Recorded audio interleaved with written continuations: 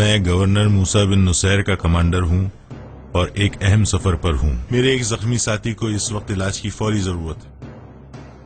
یوسف، تم میری فکر نہ کرو اور اپنا پورا علاج کراؤ. انشاءاللہ جلدی صحتیاب ہو جاؤ گے.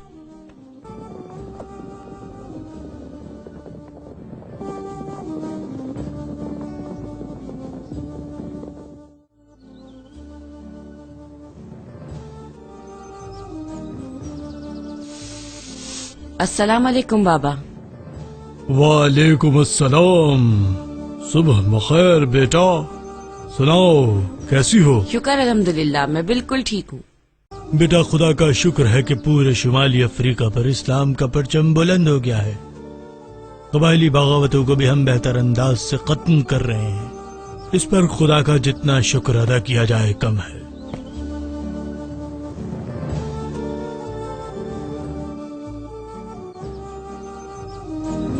اوہ میرے خدایا. کیا ہوا بابا؟ شام کے راستے میں باغیوں کے ہاتھ ہمارا ایک سپاہی زخموں کی تاب نہ لا کر شہید ہو گیا ہے. اللہ اس کی شہادت قبول فرمائے.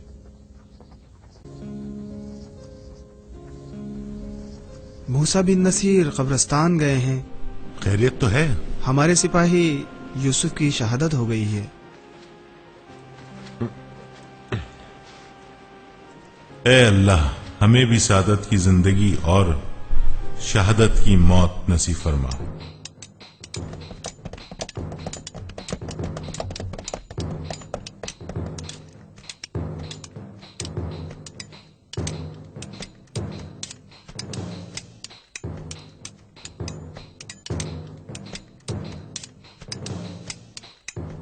السلام علیکم کمانڈر طارق.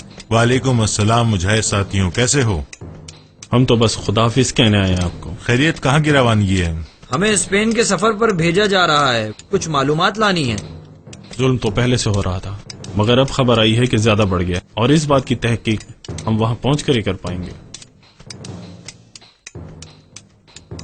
دوستوں، لگتا ہے اب اندلس کو بھی اسلام کا مزہ چکھنا پڑے گا. خیر، اللہ آپ کا حامی و ناصر ہو.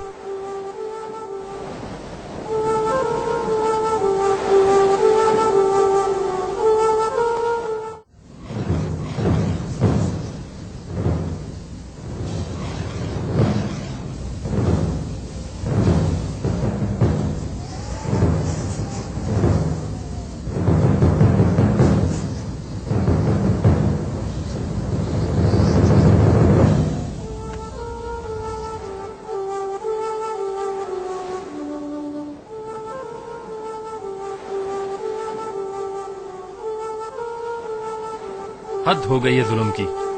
خدا غارت کرے ان ظالموں کو.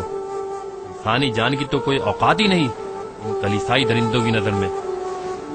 مگر ان لوگوں نے ایسا کیا جرم کیا ہے؟ جرم؟ کلیسا نے جسے کافر قرار دے دیا تو جرم کی کیا ضرورت رہ گئی؟ حضرت عیسیٰ علیہ السلام کی اصل تعلیمات کو چھوڑ کر یہ کلیسا والے اب خود ہی خدا بن بیٹھے ہیں.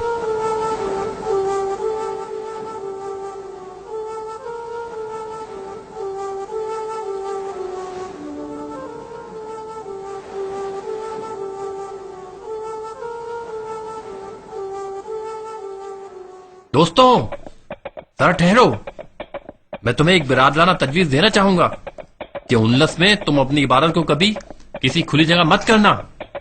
میں خود بھی لوگوں سے چھپ کر اپنی عبادت کرتا ہوں. اس وقت حکمت کا تقاضا یہی ہے کہ ہم اپنی عبادت کھلم کھلا نہ کریں. آپ کی تجویز کا بہت شکریہ، ہم پوری احتیاط کریں گے. اچھا، کیا آپ یہاں کے مسلمانوں سے رابطہ کروانے میں ہماری مدد کر سکتے ہیں؟ ٹھیک ہے، میں کوشش کرتا ہوں کہ یہ کام رازداری سے ہو جائے، لیکن یہ کام بادشاہ کے جاسوسوں سے چھپ کر ہی ہوگا.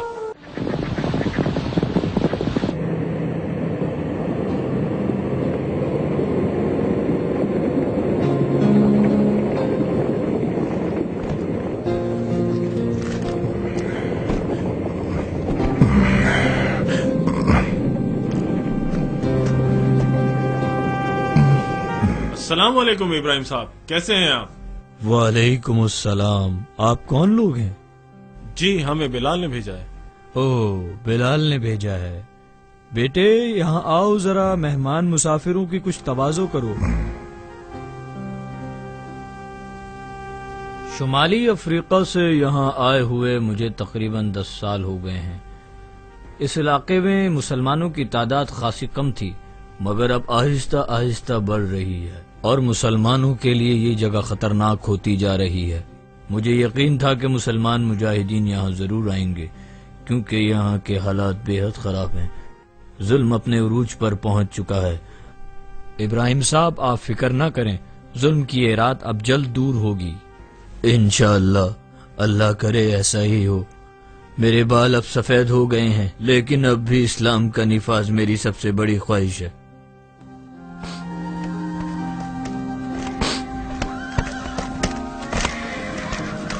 آپ کچھ دیر اور رک جاتے تو اچھا ہوتا. ابراہیم صاحب، آپ کی خواہش پوری کرنے کے لیے ہمارا جلدی جانا ہی بہتر ہوگا. اللہ حافظ.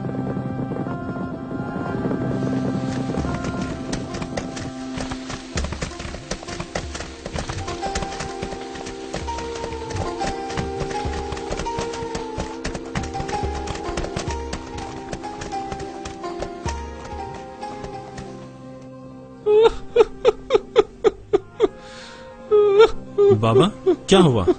آپ کس مصیبت میں ہیں؟ کیا ہم آپ کی کچھ مدد کر سکتے ہیں؟ مدد؟ ہماری کوئی مدد نہیں کر سکتا. کلیسا والے میرے بچے کو اٹھا کے لے گئے ہیں، جہاں وہ اسے زندہ جلا دیں گے. مگر کس جرم میں؟ جرم؟ کیا جرم ہو سکتا ہے اس کا؟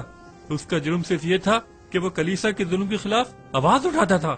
کلیسا کی مرضی کے سوا اب یہاں پر کسی کو زندہ رہنے کا حق نہیں بچا ہے.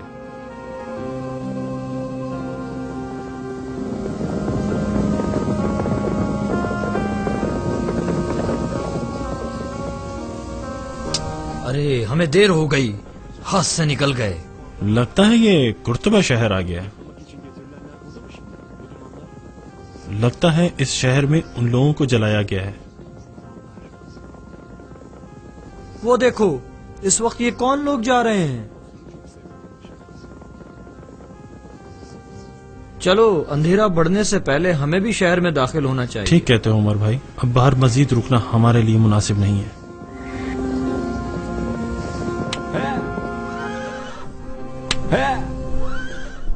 واہ، بڑی شاندار نسل کے گھوڑے ہیں بھائی.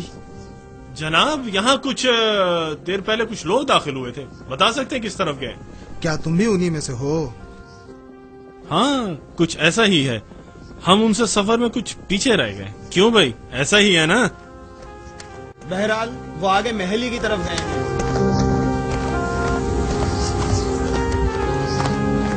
یہ گورنر کے آدمی ہیں. جرائم میں تو حکومت بھی کم نہیں لگتی ہے. ہاں، وہ دیکھو. یقین نہیں آتا کس طرح انسانوں کو زندہ جلایا گیا ہے.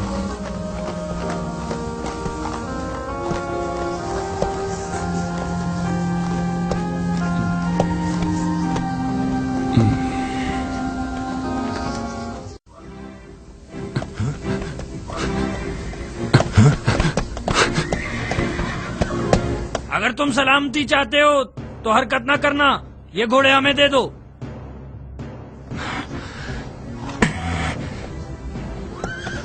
اس کو گھوڑے چاہیے تو آگے آئے اور لے لے. ہاں، کیا ہوا؟ آؤ آگے آؤ. کیا ارادہ